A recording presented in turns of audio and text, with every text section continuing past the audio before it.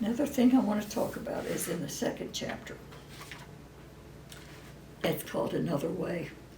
And the reason I want to talk about that is that, for the most part, there's more than one way to get where we're going.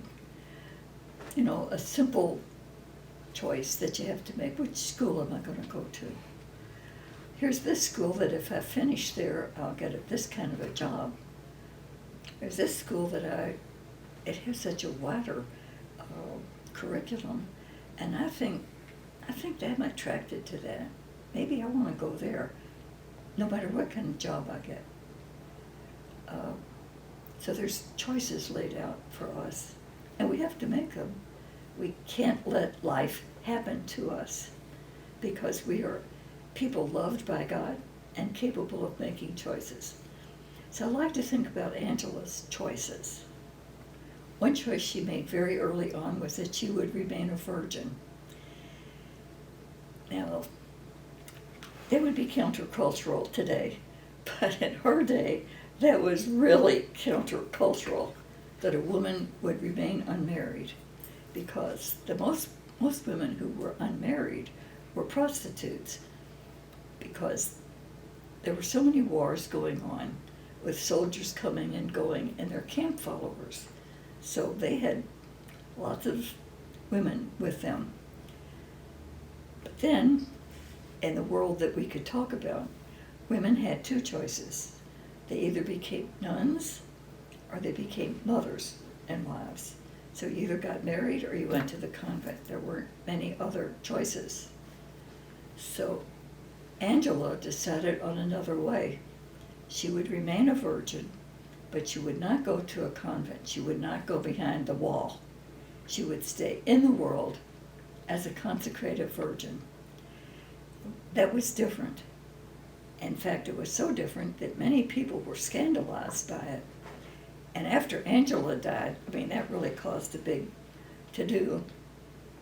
In fact, it was hard on the company that she founded, because parents would not allow their children, their girls, to enter the company, because they thought that was pretty shady for a girl to be a virgin and to stay in the world. But Angela felt that it was the place to do, it was the thing to do, to be a virgin, consecrated in the world. And she loved the world. She had so many friends, men and women. You would say she really had to have loved God in such a way that she could keep her focus on remaining faithful to her consecrated virginity. Doesn't mean that married women aren't loving God. Doesn't mean that at all. It's that her choice in her day, especially, people talk about, nuns or whatever.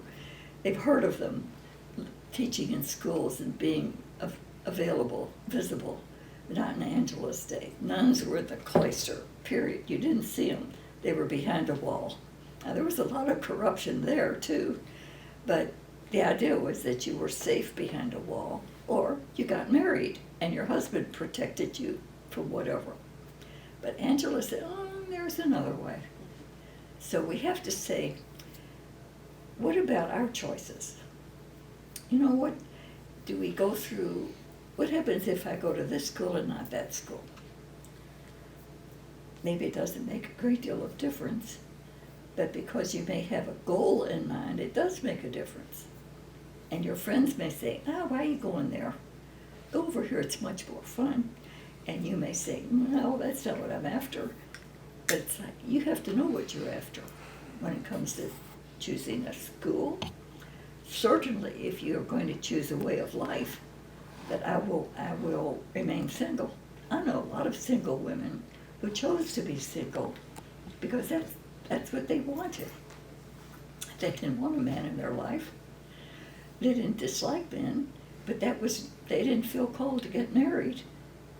And they certainly didn't want to be nuns, God forbid, because that whole image carries a lot of luggage with it. And you see, today, girls have lots of choices. You could be a mother and still do something else, like you do. You're a mother, and you are also a teacher at a businesswoman, and you're not married. So you are in a position of saying, well, I must not like men. That's not true either, because you love everybody. It's finding out what you want in life. And Angela tells us, you'll know those choices the more your conscience is clear. She talks about obeying the Holy Spirit. And that's a tough one, because when am I obeying the Holy Spirit? When am I just doing what I want to do? That's not always easy, but she tells us how to do that. As our conscience becomes purer or clearer, then we know that if we're following that clarity that is within us, that we are doing God's will the best we know how. That's so important, because in today's world, there's so many choices. Women can be astronauts now. I mean, just think of that. And there have been some women who have wanted to be astronauts since they were little girls. So they had that focus. That's what they wanted. And the same way with women who want to be mothers. They want to be a mother. They've known that forever. And sometimes they're the ones who can't have children. And that is such a terrible burden for them, not to be able to have children. So many times they make everybody their children. That becomes generative in that way, because as human beings, our DNA tells us we have to be generative, put our lives out there. So, but choices can be made, and when we make the right choice, there's such a peace that comes.